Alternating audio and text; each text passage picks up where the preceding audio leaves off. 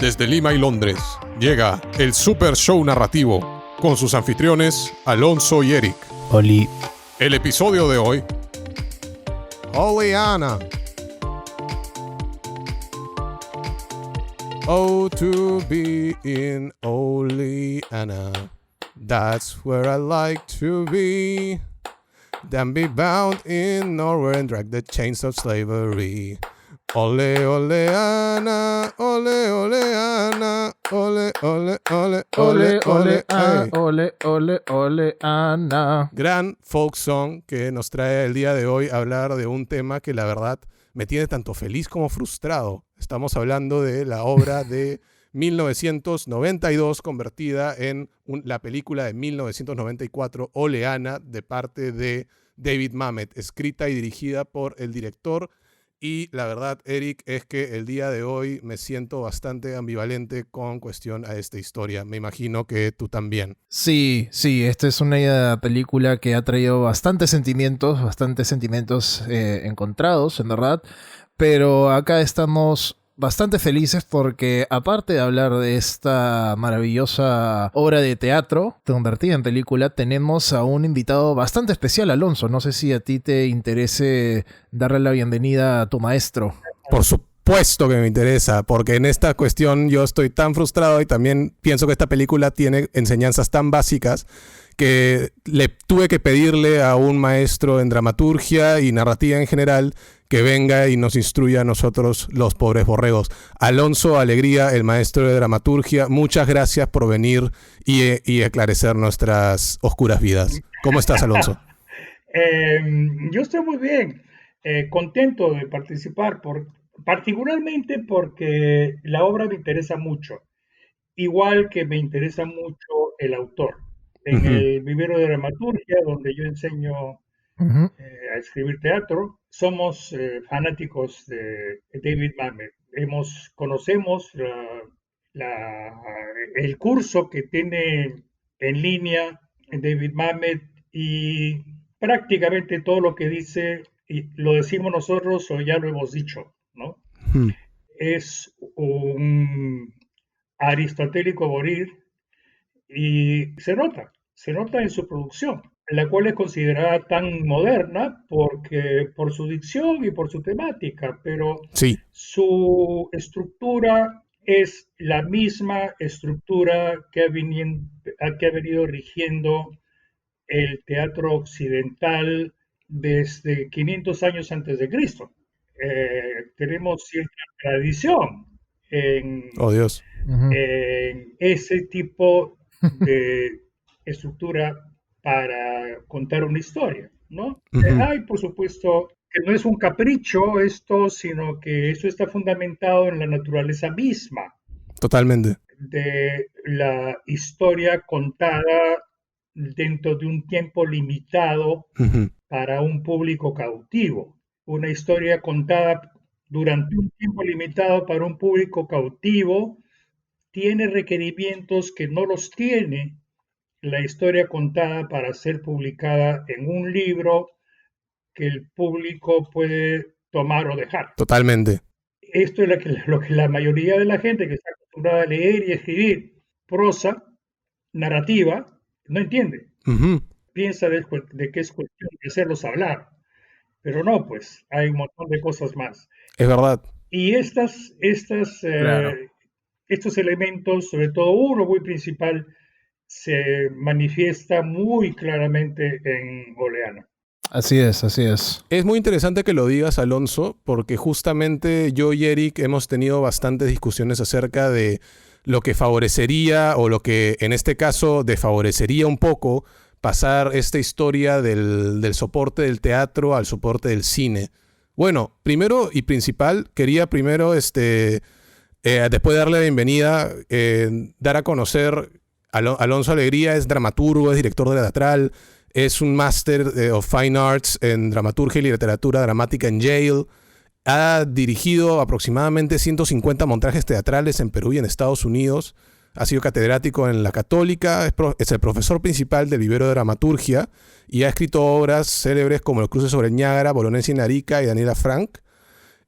todo esto va a entender de que si queremos hablar de esta película que mayormente tiene un peso fuerte en el soporte teatral, me parece que aquí Alonso, que también es un gran seguidor de las enseñanzas del maestro Mamet, creo que nos va a tratar de esclarecer algunos puntos. Bueno, David Mamet es novelista, dramaturgo, guionista. Ha escrito películas que a mí me gustan bastante y las pongo también al costado de mi fanatismo con Billy Wilder. Tenemos El cartero siempre llama dos veces, Glengarry Glen Ross, American Buffalo, pero esta vez nos trae esta obra que a simple vista parece un setting bastante habitual en la vida de muchos. Vemos a una alumna de la universidad, de un campus, que está pidiendo a un profesor que suba su nota debido a que está un poco desesperada por el hecho de pasar y un poco en desacuerdo con la postura de este profesor. Bueno, lo que yo veo bastante en esta película y que a muchos tal vez no se les dé este mensaje a primera vista al inicio, es que guarda bastante los principios básicos de lo que haría una buena historia.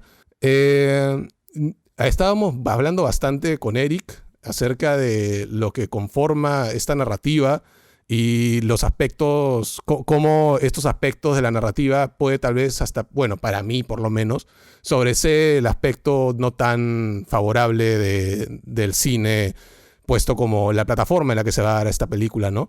Pero, Alonso, quería hacerte una pregunta. De cara a lo que acabo de decir, que siento que Oleana es una obra bastante fundamental para entender por qué el teatro y por qué la narrativa y el cine puede alzar estas situaciones y convertirlas en un discurso complejo. Porque si bien no estamos hablando de Edipo buscando al culpable del asesinato del rey, no estamos hablando acerca de Hamlet buscando vengar la muerte de su padre, estamos hablando de una alumna tratando de subir su nota.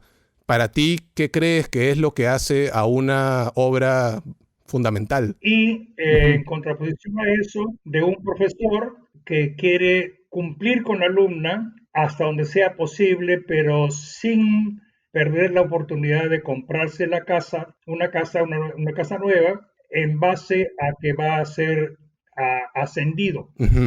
Y le van a dar el cargo en propiedad, una cosa que en el Perú no se conoce. Exacto. Pero se llama tenure. Que quiere decir que a partir de ese momento no te pueden votar. El tenure. Salvo pues que le hagas acoso a la hija del rector de la universidad o robes un banco, ahí sí te pueden votar. Pero no te pueden votar así nomás, no te pueden votar por ningún motivo.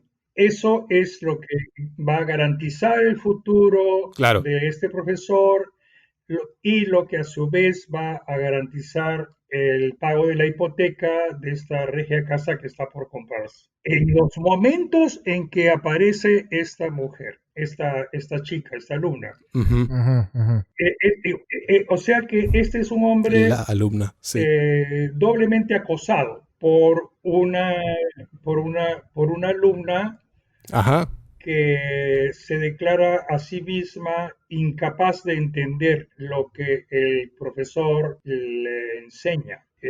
Y esto para el profesor es importante. Eso. Porque se supone, porque él es profesor, entonces él tiene que hacerse entender. Es una pasión del profesor. Y ahí comienza la tensión entre los dos factores, ¿no? Su compulsión por dejarla e ir a solucionar el problema de su casa, que se pone cada vez más complicado, y al mismo tiempo su compulsión por hacerle entender a esta alumna lo que él quiere decir, lo que ha querido decir en su curso, lo que ha querido decir en su libro, que la alumna declara no haber entendido nada, etcétera, ¿no? Es un resumen muy sucinto de qué cosa es lo que pasa en la película, que en realidad la película es apenas un set. Es un set en el que se pusieron 3 cámaras. Lo es. Y se hizo la obra de teatro, ¿no? De cine no tiene gran cosa. Bien podría pasar por teatro filmado.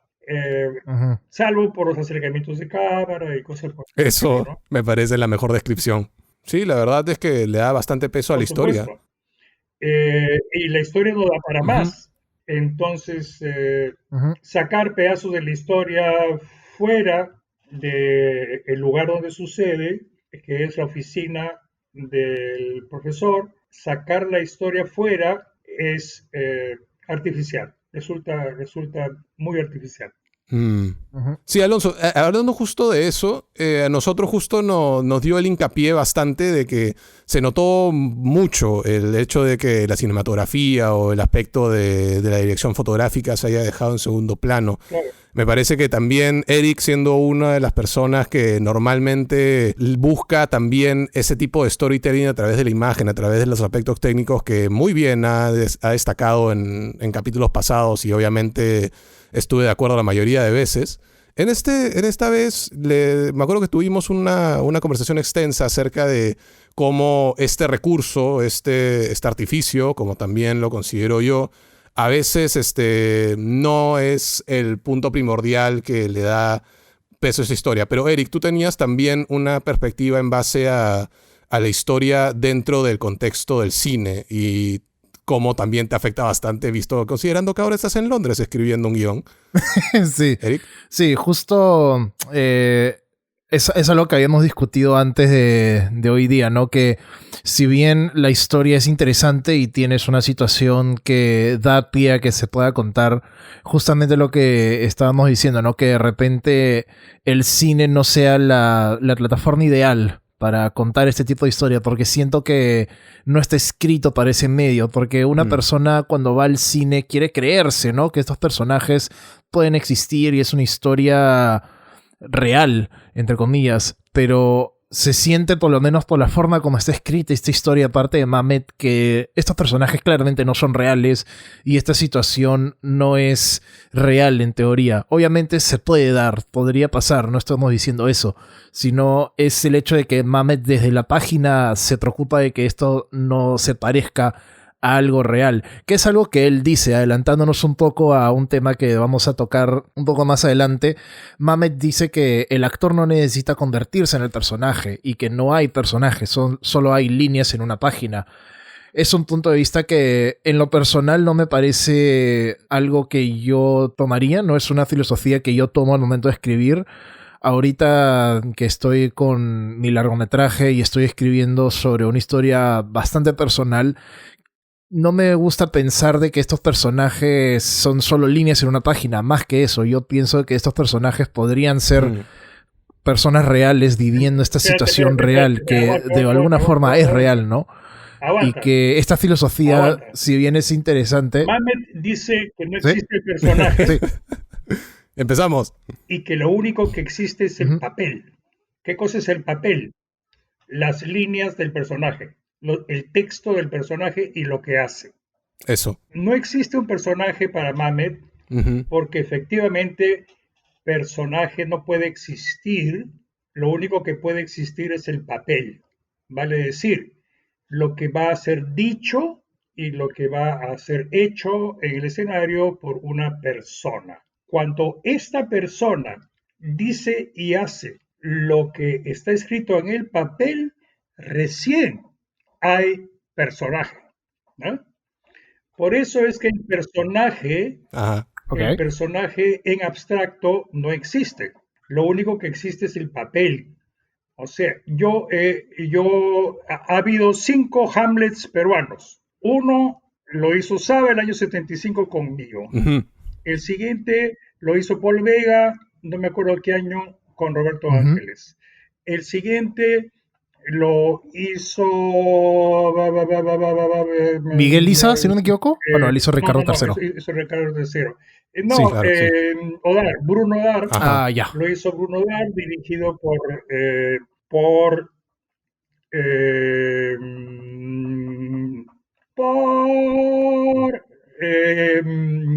Alberto Isola.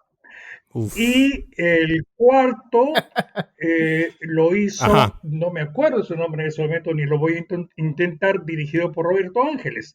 Y el quinto lo hizo, tampoco voy a intentar acordarme, dirigido por Jorge Chiarella. ¿ok? Hay un papel Hamlet y 5 personajes Ajá. Hamlet en el Perú. Claro, claro, claro. Es más o menos ahí donde deriva la perspectiva, ¿no? De decir que Claro. el personaje mismo no existe. Ujú. Eso es. Todos han hecho, el personaje como tal no existe. Claro, eso es a lo que voy, porque yo creo que esta filosofía para escribir hacia un medio como es el teatro se aplica perfectamente y puede funcionar, porque claramente Los las obras montajes. teatrales, los montajes teatrales, gracias, están hechos para justamente tener distintas, no formas, ¿no? Pero distintas versiones. Como tú bien has dicho, tenemos No, 5 versiones no de Hamlet en versiones. Perú y 5 un Hamlets. sinnúmero de versiones a Aguanta, nivel no son mundial. versiones. Son 5 Hamlets. Bueno, me refería a 5 versiones de la obra, ¿no? 5 montajes distintos. 5 montajes distintos, 5 encarnaciones distintas de un solo papel. Eso es lo que es. Es complicada, la teoría dramática es complicada. Claro, a lo que voy es que justamente esta teoría no creo que es muy precisa al momento de hablar de papeles para cine, por ejemplo, que en cine es muy difícil encontrar Claro, distintos claro, personajes claro, es difícil. de un solo papel, por así decirlo. A eso iba con mi punto. Claro, es difícil. Rara vez el mismo guión, rarísima vez el mismo guión se hace un remake del guión con otros actores. Es muy raro eso. No sé si recuerdo alguno. Ujú. Claro. Quizá he escuchado hablar de 2. Claro.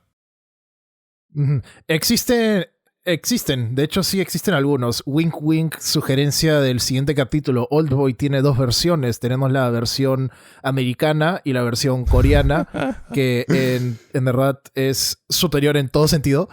Pero claro, es una de estas películas que tienen un remake y que justamente se puede, digamos, aplicar esta filosofía de repente, pero hasta cierto punto, porque incluso el papel mismo es distinto en ambas películas. Estamos hablando de casos muy distintos. O también aludamos al pasado del show, ¿no? También. Estamos hablando del pasado del show, ¿no? También cuando hicimos la entrevista con David de Sola y Y con Pedro. con Pedro. Estábamos con Pedro y con David y estaban hablando acerca de cómo un personaje encarnó de una manera al personaje de una persona, encarnó de una manera distinta al personaje de Trimagasi en El Hoyo y luego vino otra persona que le dio otra visión al personaje, ¿no? Claro. Obviamente se trataba de el mismo rol, pero los personajes eran distintos al momento, Claro. al momento de ser adoptados con otras personas, ¿no? Claro. Para lo que va un poco mi pregunta clave, mi pregunta eje, después de todo este hilo que hemos tenido acá. Todo este backstory. Los personajes, sí, todos los personajes de Oleana se pueden ver que respetan un principio que para Mamet era fundamental para una muy buena obra contada en teatro, tanto en cine. Tenemos un personaje que desea algo de manera tan vehemente que no va a parar en nada para conseguirlo. Y en eso quería más o menos consultarte a ti, Alonso. Eso también tú bastante cuando, confieso, soy un fan aguerrido de Mamet. Cuando hablamos de estas historias, esto es lo que daría a entender que una obra se sostiene perfectamente, ¿no? O la historia o la película. Encontramos un personaje que quiere algo y va a hacer lo que sea para conseguirlo. Y se le impone, claro, se le antepone una otra voluntad. Claro, eso es Y ahí es Aristóteles. cuando entramos en la historia en sí, ¿no? El profesor y la alumna Eso es pueden tener Aristóteles. una... Exacto, Eso no es un exacto. descubrimiento de Mamet ni de nadie más que de Aristóteles. Claro, principio básico. Es lo que llamamos No. acción y lo que llamamos acción contraria. Ujú. Hamlet quiere matar al rey, el rey quiere matar a Hamlet. ¿Mm? En la tragedia griega, por Claro. esa tragedia, Edipo quiere encontrar al asesino del padre, el destino quiere que encuentre más queso. Y así, todas las obras, grandes y chicas, hasta las telenovelas, hasta las series, En todas. Sí. tienen una acción y una acción contraria. Es un principio indispensable, ni siquiera instituido por Aristóteles, sino es el principio que permite que una obra retenga la atención del público durante toda su duración. Claro. Porque tú te enganchas con lo que el personaje quiere lograr. y hasta que no lo logre o muera en el intento, vas a seguir mirando. Si es que está bien escrito, claro. Así es. Y así Eso es. las películas.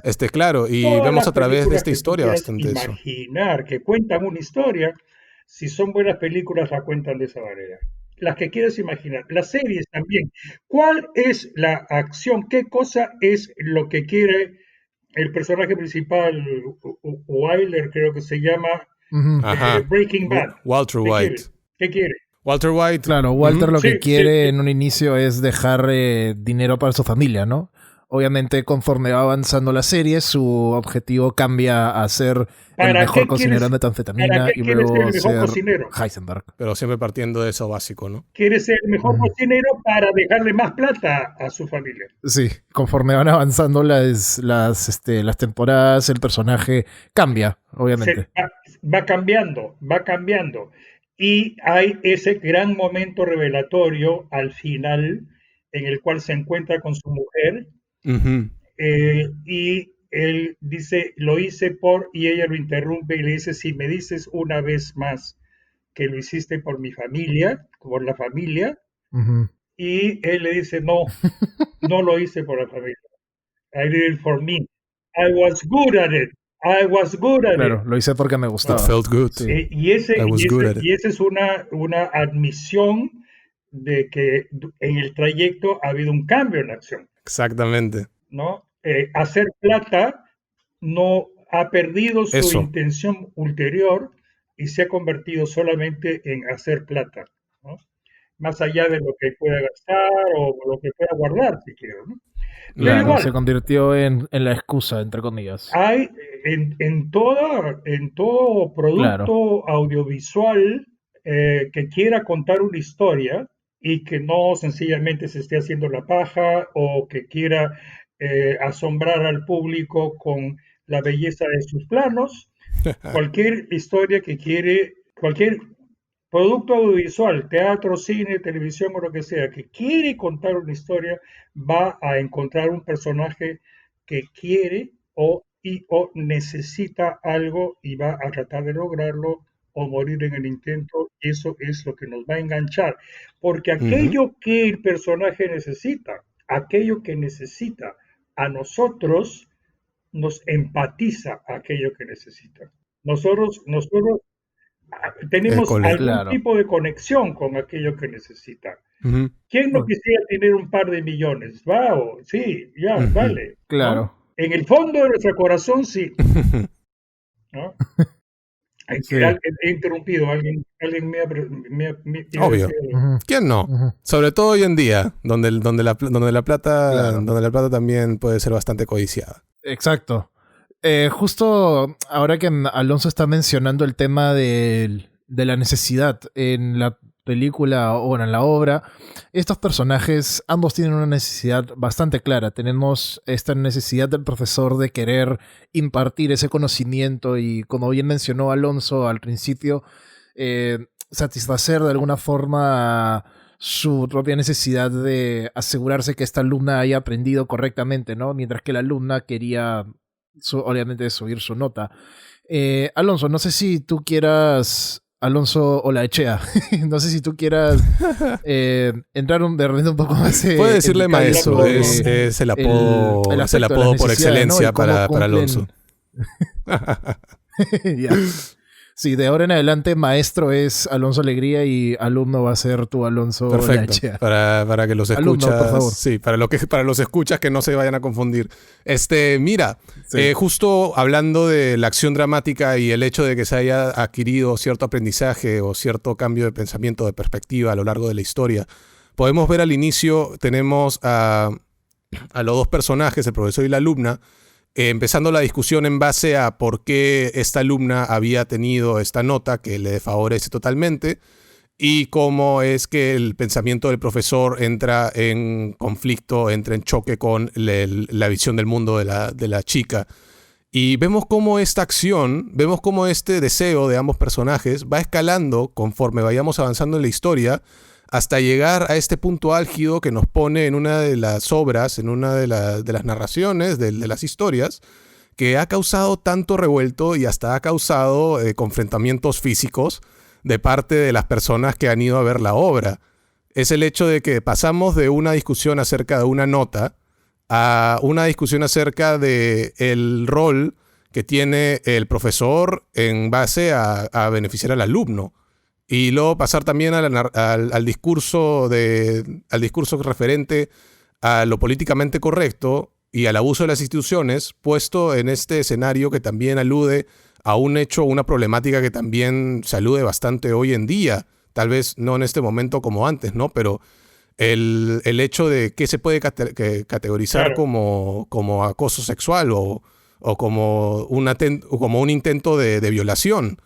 Esta película al final tiene este ascenso, tiene este cambio, este shift en el cual, o esta progresión, por así decirlo, para volverse en esta gran discusión, en este gran debate que la verdad, no sé ustedes, pero a mí la verdad me hace hasta tenerme miedo a mí, por el hecho de que me anclo bastante de lo que dijo Alonso, es la empatía que sentimos ante lo que estos personajes desean. Y he escuchado bastante tanto de los comentarios acerca de los comentarios de Roger Ebert o tal vez de los comentarios del mismo Mamet acerca de que el primer acto a veces puede ser el designado a hacer enfadar a las mujeres y el segundo estaría designado para hacer enfadar a los hombres. Me parece claro, esas filosofías entran bastante en conflicto, tanto así que en esos momentos en Estados Unidos ya estábamos con todo el tema del contexto de lo políticamente correcto y durante los juicios de la nominación a la Corte Suprema de Clarence Thomas, en la que se discutía sus actos comparándolos con un intento de acoso sexual y hasta intento de violación a Anita Hill. Claro, este contexto y esta evolución de la potencia de la acción, de lo que desean los personajes, a mí, la verdad, Alonso me ha dejado con una discusión interna o una pugna interna bastante fuerte, ¿no? Yo no. Porque yo me creo la posición de los dos personajes. A mí me parece que... no. A mí me parece que lo que sucede es bueno, no todos somos iguales. La causa se politiza. Se politiza desde el momento totalmente, en que sí. ella habla de my group.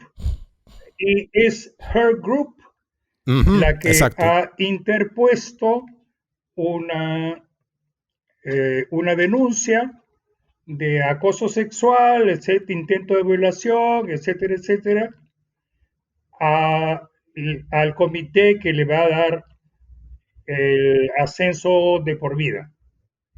O sea, lo han cagado. Exacto.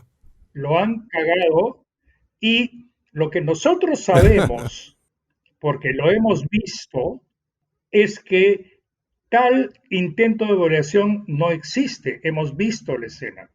Entonces nos damos cuenta plenamente de que esta es una politización manipulada del caso. Y eso es lo que nos lleva a los demonios, a los hombres, pues.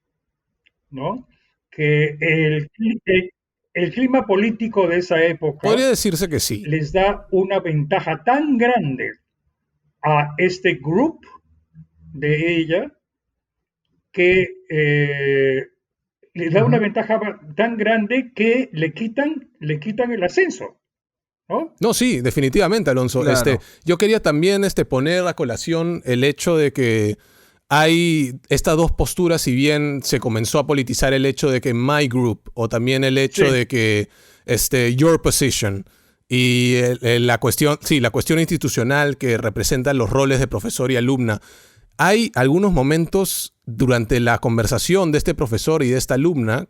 Obviamente yo estoy mucho más familiarizado con la posición de la alumna que con la del profesor, en la que estos actos o esta manera de decirlo, o esta manera de dictar su cátedra, de tratarla más o menos, obviamente aludiendo a uno de los actos más extremos de la película, que era el hecho de que este hombre ha tenido que agarrar a esta persona de los hombros y sentarla a la fuerza, cuando comienzan a aparecer... una onda histérica terrible.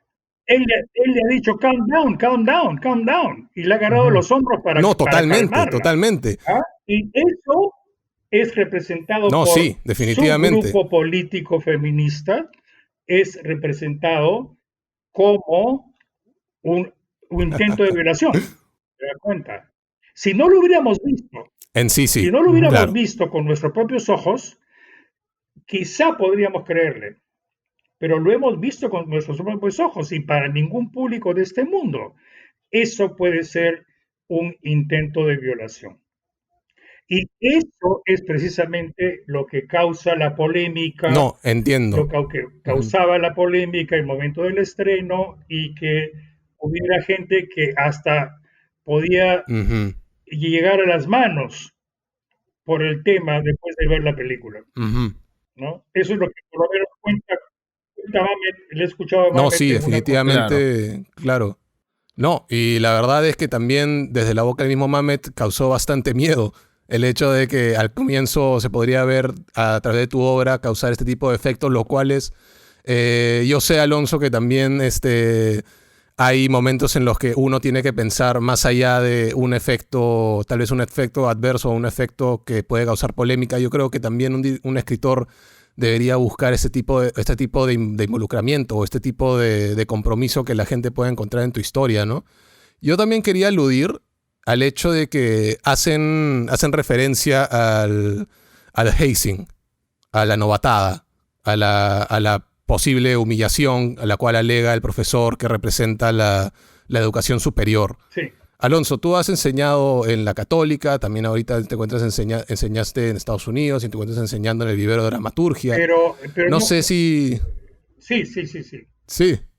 O sea, yo quería pedirte también perspectiva en ese entonces porque esto es un tema que también chocó bastante conmigo de la película. El hecho de que a veces esta sensación de los profesores tratando de impartir su conocimiento y a veces mirar desde una perspectiva superior o mirando a los estudiantes desde un puesto un poco más elevado que ellos, ¿no? Y es la situación en la cual se encuentra esta alumna, o tal vez esto Claro, gatilló esta idea en la alumna de sentirse inferior y pensar que el profesor estaba fomentando esa imagen de ella. por supuesto, porque él tampoco es la persona más simpática del Ujú. mundo. Él es lo que en Estados Unidos diríamos, he's No. a prick, Ujú. Sí. es un prick. Incluso hay, Yeah, it's a break. Sí, sí.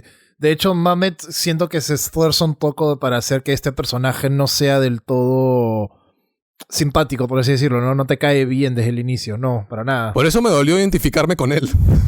y no es simpático, y Mamet lo hace de propósito, porque Mamet quiere dejar el dilema Claro. limpio Claro. de demasiadas simpatías. O sea, tú vas a simpatizar con este personaje por lo que este personaje está sufriendo y por lo que este personaje representa, pero no por lo que este personaje es. Ujú. Menos aún el papel representado por este actor, que es un actor conocido, muy buen actor, pero que no es el actor más simpático del mundo. Claro. No se consiguió al galán de la vida, no puso a Ah, Brad Pitt William ahí H. Macy, sí. Ujú. de profesor, Claro. porque se hubiera cambiado la ecuación, ¿no? Sí. Totalmente, sí. De hecho, el aspecto físico de William H. Macy aporta un poco a esta Ahora, caracterización de este profesor que, por no decir de repente, es un poco pretencioso y se jura más que cualquiera, ¿no? Pero sí. se jura más que cualquiera, sí. Mira, yo tuve una especie de epifanía Sí. cuando estaba Ajá. en Uy. mi primer año de la segunda etapa de que yo enseñaba en Estados Unidos. Enseñé recién al casarme 2 años y luego muchos años después Ujú. enseñé 8 años más en dos universidades distintas. De pronto, en mi Ujú. primer año de esa segunda etapa, y yo ya tenía en ese momento 39 quizá, me di cuenta de que a los alumnos había que tratarlos como si fueran tus hijos, o más bien Ajá. para que no sea tan violenta la cosa, tratarlos como tú quisieras que tus hijos fueran tratados por sus profesores, ¿no? Ujú. No como unos extraños Ok. Claro. a quienes puedes hacer todo el hazing del mundo, sino como si fueran tus Ujú, hijos, que tú no quisieras que nadie le hiciera hazing, ¿no? Entonces los tratarías de una forma ujú, Ujú. adecuada, vale decir, con respeto, con cariño, con cierta entrega, cierta devoción, porque además que yo fui educado así en Estados Unidos. En Yale ese es más o menos el sistema. Yo he ido con mucha frecuencia a tomar té ajá. a casa de profesores. He sido invitado a cenar a casa de profesores, de mis profesores, lo cual recién llegadito de Lima me parecía Ujú. absolutamente asombroso, ¿no? Pero cuando me tocó a mí enseñar, Mm, yo Claro, claro. hacía normalmente reuniones en mi casa con los alumnos. Y cuando he enseñado en la católica, he sido el único profesor en toda la católica que recibía a sus alumnos en su casa. Una vez por semestre invitaba a todos a mis alumnos a mi casa. Y podían ser 30 o ujú. podrían ser 40, podían venir 20 o podrían venir 50. Claro. Y hemos tenido cada Qué buen juerga, gesto. Me gusta ese gesto. Me parece cada juerga, bastante interesante porque... a veces juerga y a veces simplemente conversar de cualquier tema, académico o no. Pero yo siempre he abierto mi casa a los Claro. Totalmente. alumnos. Y el último día del semestre, ¿Qué hubiera pasado, Alonso? ¿Qué hubiera pasado, Alonso, si la alumna representada en esta película por Deborah Eisenstadt, si la alumna de Oleana se te hubiera acercado? O si tú le ¿qué hubieras cosa? propuesto esto. Si hubieras tenido esa vivencia que se vivió en Oleana. Y En yo el hubiera hecho, propuesto el que, hecho de que tal vez se podría. Es porque aquí las acciones. O sea, es por el hecho de que las acciones se pueden tergiversar de manera tan grande, ¿no? En contextos tal vez parecidos a este. Y en contextos que también pudo traer la perspectiva del feminismo de la tercera ola. Y sobre todo lo que esta narración trata de impartir. Por suerte hubo esta sensación de amistad fuerte sí, contigo y tus alumnos, ¿no?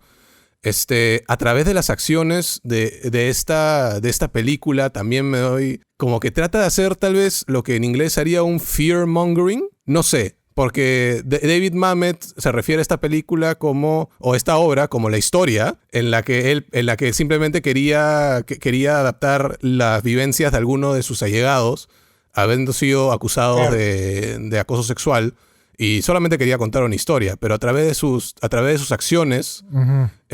me doy bastante cuenta que a veces cuando eres muy apasionado, como es este profesor, y como es también esta mujer, esta alumna, tratando de hallar su propio valor y luego politizándolo hasta tal punto que le dice al profesor que no puede llamar a su Sí, esposa Babe, sí, no puede llamarla con apodos, con cariño. sí. Entonces, sí, entonces ante todo esto me interesa bastante discutir los efectos que podría tener una historia, esta narrativa llamada Oleana, que tenga ese tipo de efecto en las personas, ¿no? ¿Qué tanto, qué tanto? Obviamente esto es una pregunta que a un escritor tal vez no se le antoje muy simpática, pero ¿qué tanta responsabilidad tiene el autor con su obra y el efecto que puede impartir?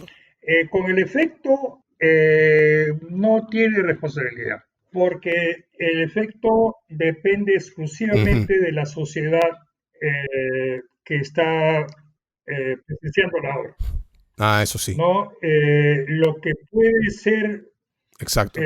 una Ujú. obra absolutamente abstracta y teórica en Lima acerca de una revuelta de unos universitarios, ponla tú en Chile, Ujú. ponla tú en Chile, 5 días antes de que se armara la zafacoca y va a tener un efecto absolutamente contrario, Ja. ¿no? O sea que uno en realidad Claro. no Claro, es sí. responsable del efecto social que puede tener la obra.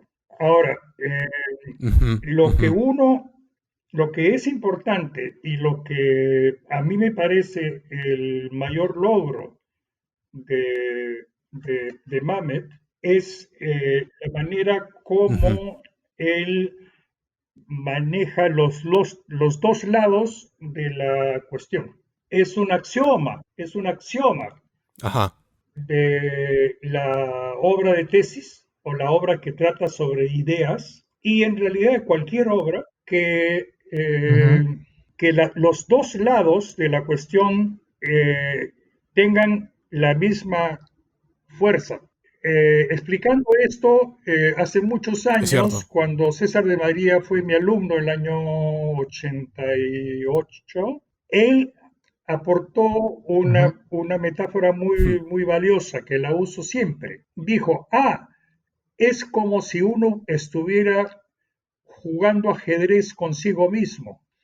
Entonces, tú le das la mejor Claro. jugada a la chica y luego le das la mejor jugada al profesor y luego le das la mejor jugada a la chica y que Ujú. gane el mejor.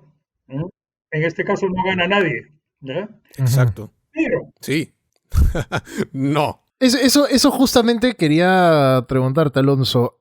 Justo como habías mencionado que le da a la chica y de ahí le da al claro, profesor y de ahí le da a la chica de nuevo, pero nadie ganaba esta discusión.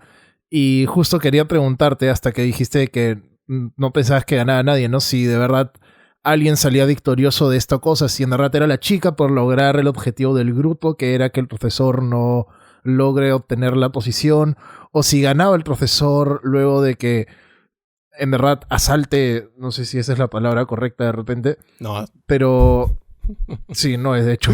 Prácticamente que Estoy pensando en ataque. inglés de nuevo. Que simplemente Sí, la que agrega ataque física, físicamente. exacto. Sí, que agrega físicamente a la chica y la amenace con la silla. Si ahí era en verdad victorioso el profesor por lograr que esta chica eh, conozca, digamos, su lugar, entre comillas, para él. No sé si dado ese contexto, ¿tú crees que alguien sale victorioso? Bueno, como mencionas, nadie sale victorioso, ¿no? no me parece que nadie sale victorioso. Me parece que al final hay un momento en el cual ambos, quiero pensar que ambos, aunque está menos claro en el caso de la chica, eh, un momento en que ambos se dan cuenta de que han ido demasiado lejos, ¿no? Él está a punto de Mm, matarla de un Ujú, silletazo y ella está a punto de morir de un silletazo. Y él se contiene y ella está hecha mierda porque él la ha agredido, le ha pegado. Y ahí termina la película ujú. en esa especie de empate, lo cual obviamente es lo que ha ese propiciado diálogo. la polémica acerca de la película en su momento más que ahora, porque Ujú, no se sabe quién gana, ¿te das cuenta? Claro. Eh, entonces, ¿quién tiene razón? ujú, Entonces los ujú. hombres dicen, tiene razón él, y algunas mujeres dicen, tiene razón él, y al revés. Entonces resulta pues Claro. complicado pensar quién es victorioso, ¿no? Nadie en realidad es victorioso. Eh, y no creo que Mamet haya tenido en ningún momento la intención de que alguien sea victorioso. Simplemente él creo que ha querido eh, No. compartir esta idea, explorar esta idea, que para mí eh, aquí el hecho es que él es es un prick, es un huevón. Él es un profesor huevón, pero bien Sí. intencionado, Sí, por pero igual completo. huevón. Mm, Pero ella ujú. es una chica desesperada, en una crisis personal, se cree bruta, se cree que no entiende nada, que luego es manipulada por un grupo político y es finalmente este grupo político quien a través de ella termina jodiendo del todo al profesor, porque es el grupo político de feministas del campus el que intercede para que no le den la propiedad del cargo al profesor, ¿no?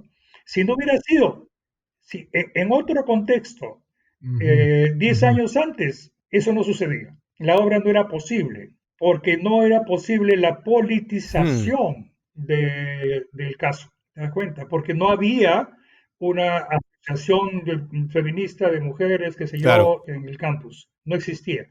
No sé si 10 años, pero sí 15 años atrás no existía, ¿no? Y el momento político en que escribe la obra Mamet es el momento de exacerbación de esa de ese derecho de las mujeres de que no las acosen, que convierte en acoso lo que no es acoso, lo que hemos visto que no es acoso, convierte en intento de violación lo que hemos visto que no es intento de violación, y ahí se arma la zafacoca, pues, tanto en el público como dentro de la película, dentro de la obra también, ¿no? No, por supuesto. Y interesante, y claro, interesante que aludas al contexto, ¿no? Por el hecho de que, claro, ¿no? Esto se llevó muy a cabo durante, o se estrenó durante toda esta polémica en base a los derechos de las mujeres y también ante bastantes controversias que fue la candidatura a la Corte Suprema de Clarence Thomas, el famoso caso de un político siendo acusado de acoso sexual. Sí. Lo que quería también aludir era el hecho de que, entiendo, yo al momento de ver esta película totalmente estuve empatizando con el profesor, tanto prick que sea, pero el hecho es que tenía cierta pasión por lo que decía, tenía un compromiso para dar una buena imagen y también dar a entender a la alumna que este sentido de fracaso podría venir tanto de una ilusión que tal vez le haya podido impartir la idea de educación superior, ¿no? Pero llegamos a un punto, como que tú también ya lo diste, Alonso, es el punto en el cual el hombre se vuelve una total bestia, que es empujado hasta su máximo límite. Es ahí donde yo hago hincapié en el tema en el que hasta yo sentí miedo de mí mismo por haberme sentido, por haber empatizado con este señor. Entonces, ante eso, es ahí donde ya yo creo que son por convicciones mías, más o menos diría yo, hay un tema en el cual, si bien no empatizo y jamás empatizaré con la postura ecléctica firme de esta mujer de formar parte de un colectivo, de hacerse parte de un colectivo, es el hecho de que no puedo identificarme tampoco con el hecho de que esta persona sea catalogada como parte de ambos de los que no ganaron o los que sí ganaron, viendo y considerando de que esta persona pasó al ámbito que para mí está totalmente vetado, que es el hecho de volverse una total bestia, dejar atrás su humanidad, sentarte ante la silla, darte cuenta de lo que estabas haciendo, decir, oh my God, y luego tener a la persona que al final triunfó en sus cometidos, diciéndote, yeah, that's right. Entonces, tal vez ahí por mi postura yo diría, hay cierto sentido en el cual tal vez no convengamos en llamar a la chica ganadora, pero también convengamos el hecho de que hay ciertos hilos los cuales te empujan hasta esta realidad en la cual esta persona es claramente un perdedor. Sí, pero ¿perdedor ante quién? Bueno, perdedor ante tal vez la acción que él trataba de acometer quería, y ya no hay manera de volver o poner marcha atrás. El hecho de que ya no está siendo visto como una persona que tal vez podría dar tal vez un testimonio ante el Tenure Committee, sino que ahora es un criminal que bien debería estar en la cárcel. Pero ella está dispuesta a retirar, a retirar la acusación. Si es que él retira su libro, sí. Si es que él retira su libro de la biblioteca. Claro. Cosa que nuevamente nos hace ponernos a favor de él, porque exigir el retiro de un libro de una Totalmente, totalmente. biblioteca, bueno, no se veía desde los tiempos de Hitler, ¿no? Es absolutamente Sí. arbitrario, es Ujú. totalmente huevón, es prueba de lo politizado que está el asunto, ¿no? Que, que no ella, Ujú. Claro. sino Es un su movimiento ya muy grupo extremo. quieren sacar réditos políticos de todo este asunto.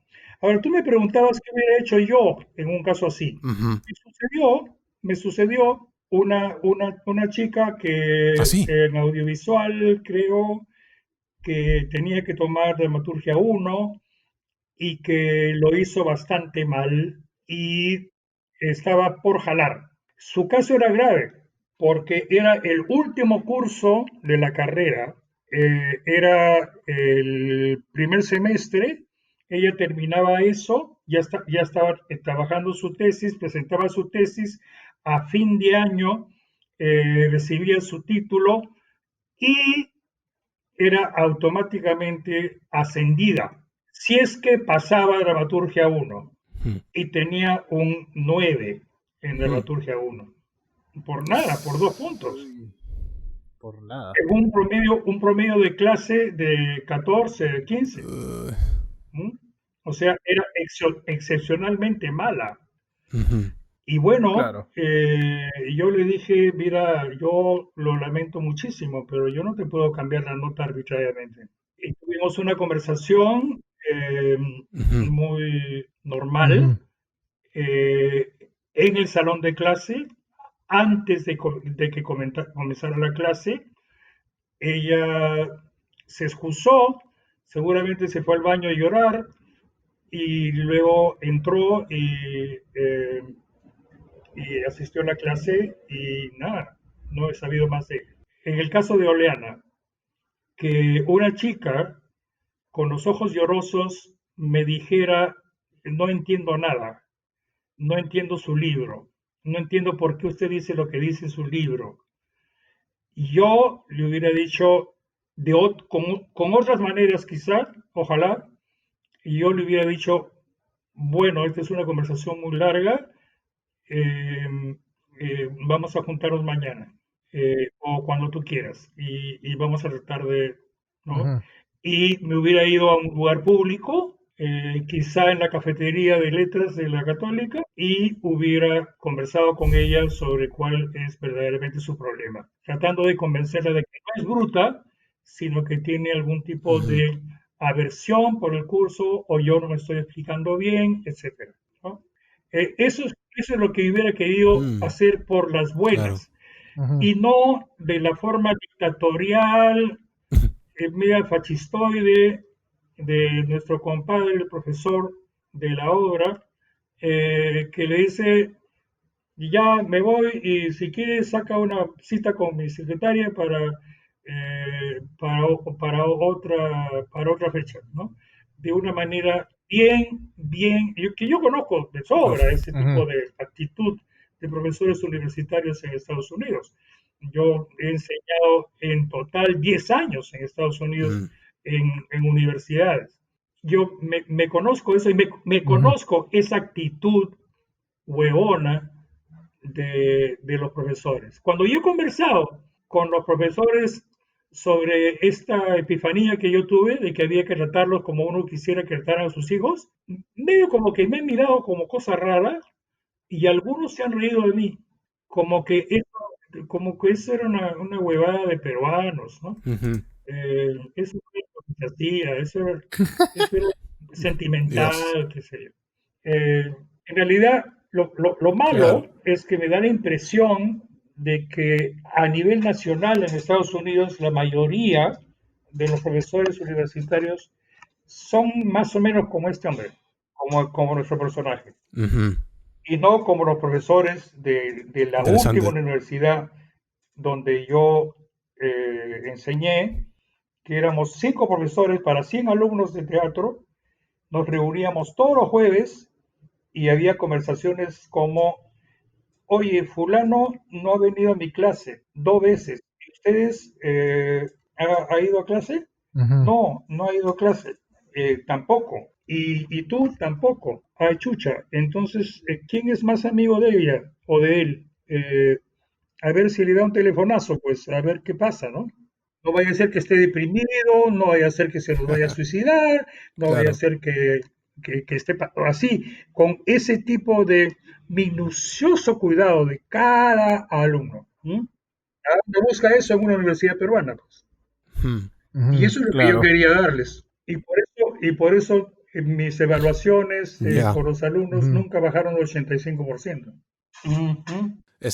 Sí, aquí entra también el tema de que, ¿qué tal si es que estabas en proceso de ser ascendido y también en proceso de cerrar el trato para una nueva casa, ¿no? Porque este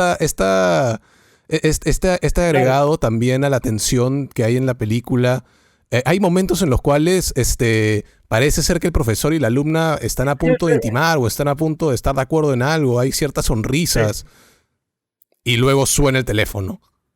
Entonces, sí, esa tensión, esa herramienta que utiliza Mamet ahí también hay ciertos momentos en los cuales puedo ver o puedo también empatizar con un poco, un cierto sentido de frustración del profesor hasta tal punto que dice que una sorpresa también puede ser hasta un modo de agresión.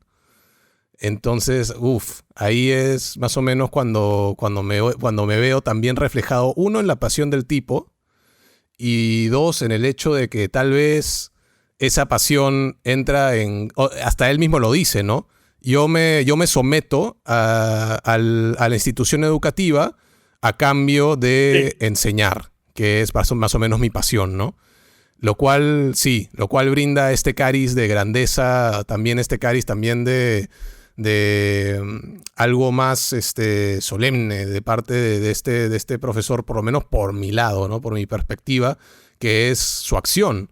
Porque su acción, yo ahora estaba hablando con Eric y Eric al comienzo me estaba diciendo, ¿y por qué no simplemente deja a la chica?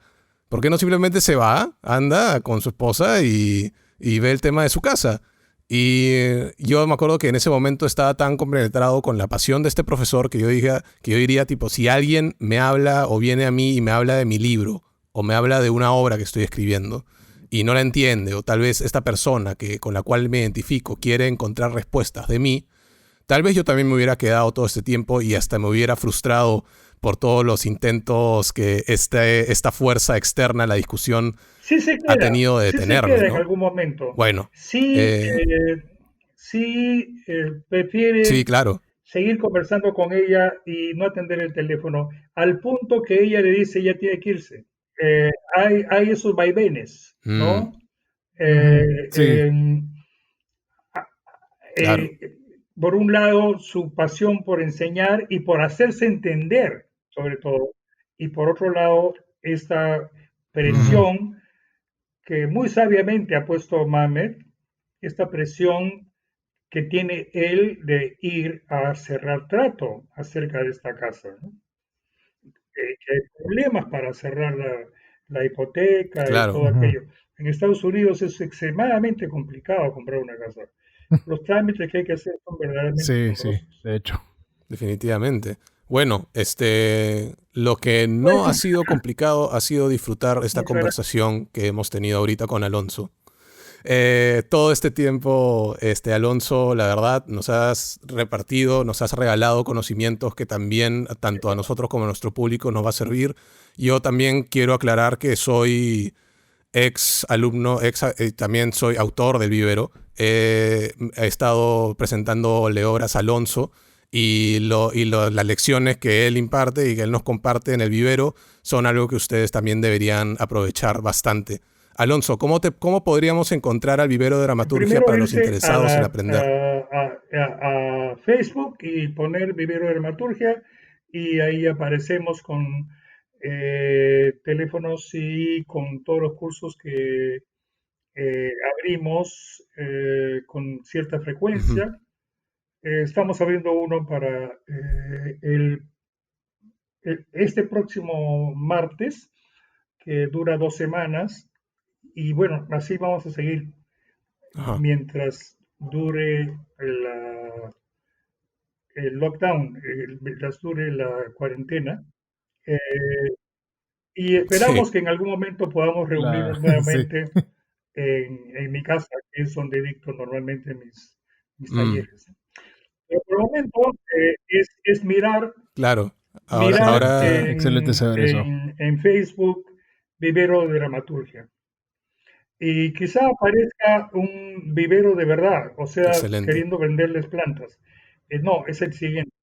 O sencillamente poner en Google Vivero de Dramaturgia y va a aparecer Vivero de Dramaturgia, o va a aparecer segundo, porque hay otro vivero de verdad. Donde si quieren comprar plantas, esa es la voz. Ajá. Y si quieren cultivar una obra de teatro, la voz somos nosotros. Excelente totalmente, saber eso, Alonso. Claro, totalmente certificado, si es que vale mi voz, certificado por mí, la verdad. Es un curso.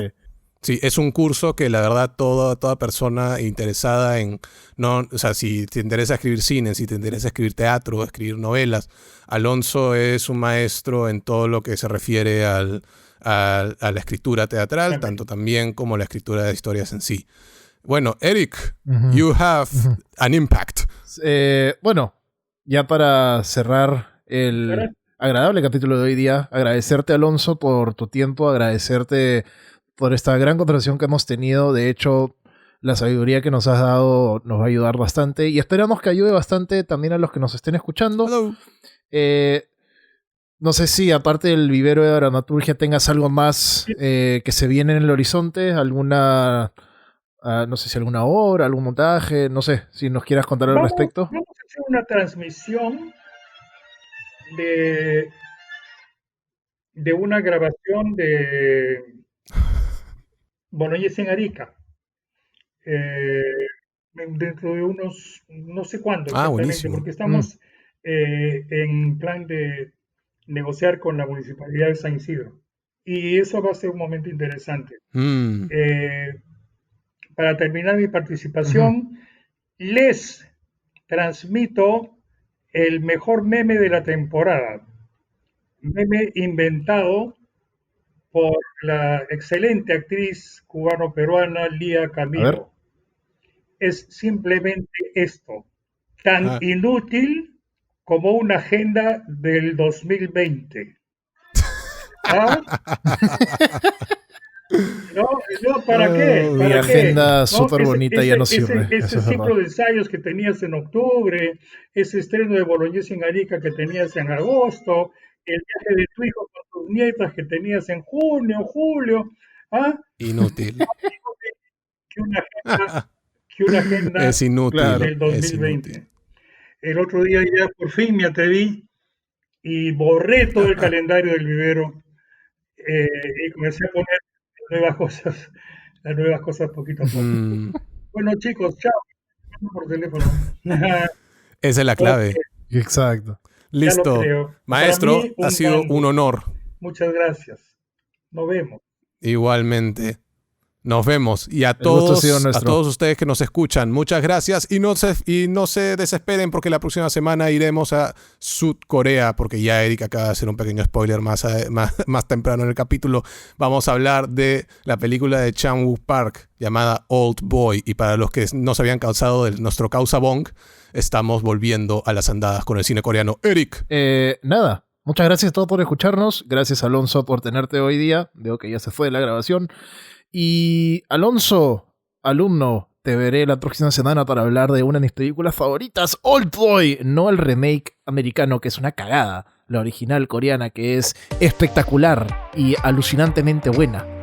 Con nada más que decir, me despido. Buenas tardes. Awesome, awesome. Y nos vamos de Oleana. Oleana, Oleana. Chao.